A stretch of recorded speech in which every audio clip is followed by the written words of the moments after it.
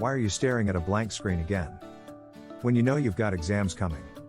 You've got an assignment that is due and it might not be tomorrow. It might be next week. But you know, you need to get it done. What is it that is stopping you? And then you end up watching another YouTube video. You end up watching another TV show. You end up procrastinating again. Days, weeks go by. And you wonder, when is this cycle ever going to end? And how do you break out of it? And not just once, not just for tomorrow. For good. In today's video, we're going to have an intervention. By the end of this video, you are going to commit to changing things for good. I'm going to share with you the 5 best ways to study when you have zero motivation to, when you don't feel like it. And the first thing you need to do is go inside, not outside. For that motivation, for that drive, that energy that you need. And it starts with something you've heard many people say before. Remind yourself of why. Why are you taking that course? Why are you going to school? I know you have too. But what is this for? Are you struggling because of school? Or are you struggling for something? One of these is a victim mindset. And one of these is a champion mindset. Emotions are an essential part of executing any plan. Knowing something isn't enough. You need to make yourself feel inspired. And that's not going to come from somebody outside. It's not going to come from me. One of the most surprising things about motivation, a common misconception that we have, is that it often comes after starting a behavior, not before. So this is the problem.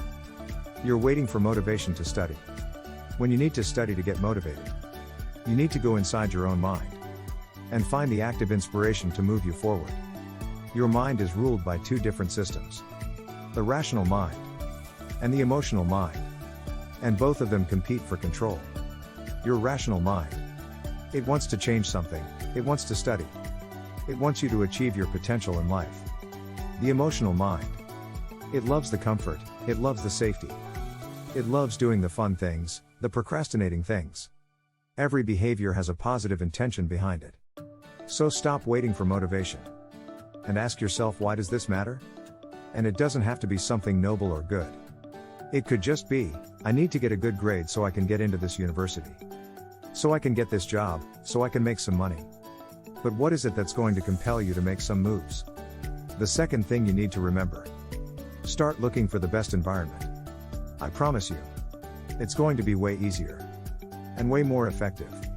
Environment is the invisible hand that shapes your behavior. You might think that your habits are a product only of your motivation, your talent, your willpower, your effort. But your personal characteristics, your intentions, sometimes get trumped by the environment around you. And this is nothing new.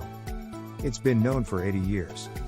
In 1936, psychologist Kurt Lewin, he wrote a simple equation that effectively summarized human behavior.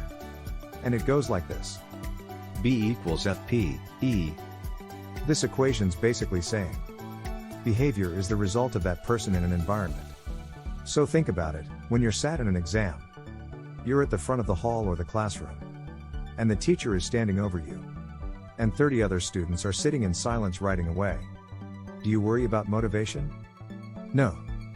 Are you motivated? Yes. Do whatever you need to design for your laziness. Go to productive environments.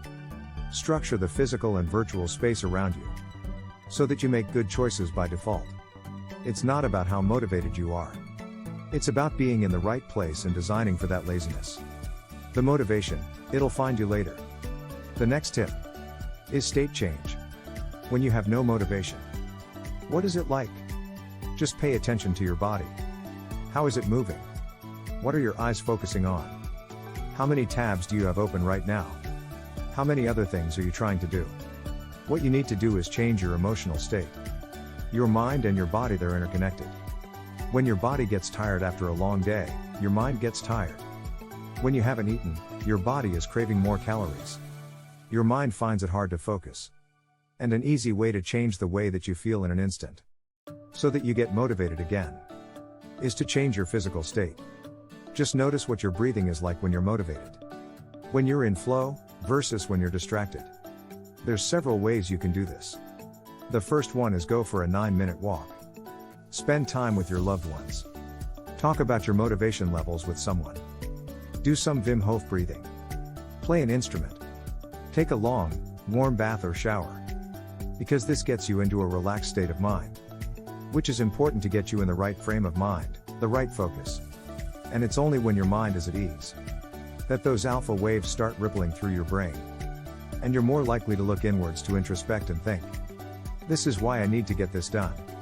This is why I need to focus. Imagine what that will be like. And you already know this is intuitively true. Why else do you have most of your best ideas? While you're on the bus, on the train, when you're in the shower. You have no distractions around you. There's nothing you're trying to solve or fix or do. It's just one focus. Relaxing. Ease creates and urgency destroys. Tip number 4. Think negatively. There's always people advising you to follow the law of attraction, to think positively and envisage your success. But there's pros and cons to everything. So it's important to think, what could go wrong? If you sit here doing nothing, while you're listening to me, the clock is ticking. You have less time now than you did before. Do you feel motivated now? Instead of a vision board, create a worst case scenario, absolute failure board. Go to your kitchen, throw all the junk food out the window. Burn it and go do a 3-hour workout. Because sometimes you need a jump start. Sometimes you need to take massive action to get you moving. And this is an idea I got from one of the world's best minds, a guy called Chris Hadfield, who was an astronaut for 21 years. And he only spent 6 months in space. So what was he doing the rest of the time? He was thinking negatively. Every single thing that could go wrong. He was planning, he was preparing, he was remembering what exactly he needed to do for every scenario. You can call it negative thinking. But it's productive and it works. Once you've understood all of the potential risks, and you've prepared against them, there is no more fear. Just motivation. And the final tip. Set up a non-negotiable agreement. Call your friend and tell them, if I don't do my assignment by next week, I'll give you £100.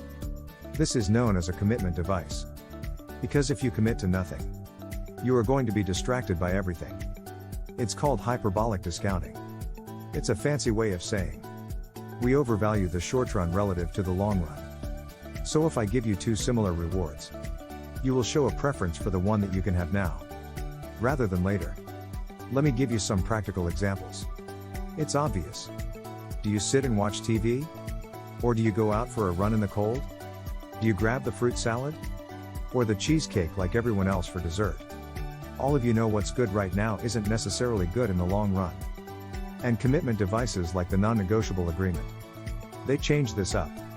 So that choosing what feels good in the short run, not doing the task you need to, not studying, it gets more costly. And in addition, you have to set a concrete goal. Instead of saying, I'm going to lose some weight this year, I'm going to do some more studying this year, you have to say something like, I will spend 2 hours every day after school in the library, focusing on my maths module that I'm weak on. You get what you focus on in life. And if you don't know what you need to focus on, if you don't commit to something, you are doomed to fail and be distracted. Take it serious. Remind yourself, why are you doing this? Why does this even matter? Put yourself in environments that factor in your failure, where you know you're not going to feel like it. But you're at the library anyway. You're at your study session anyway. Change your state, go for a walk. Go for a warm shower or bath, do whatever you need to. Think negatively about the consequences of your behavior. And the final thing is set up a non-negotiable agreement. Now for those of you who want to take things further. If you want to find out what your purpose is in life, how to stop falling victim to procrastination, and how to consistently stay calm and composed in any situation, I have a course called Discovery which costs just £7. And you can check it out in the description below. And learn the methods and techniques to help you create your most meaningful life. Peace.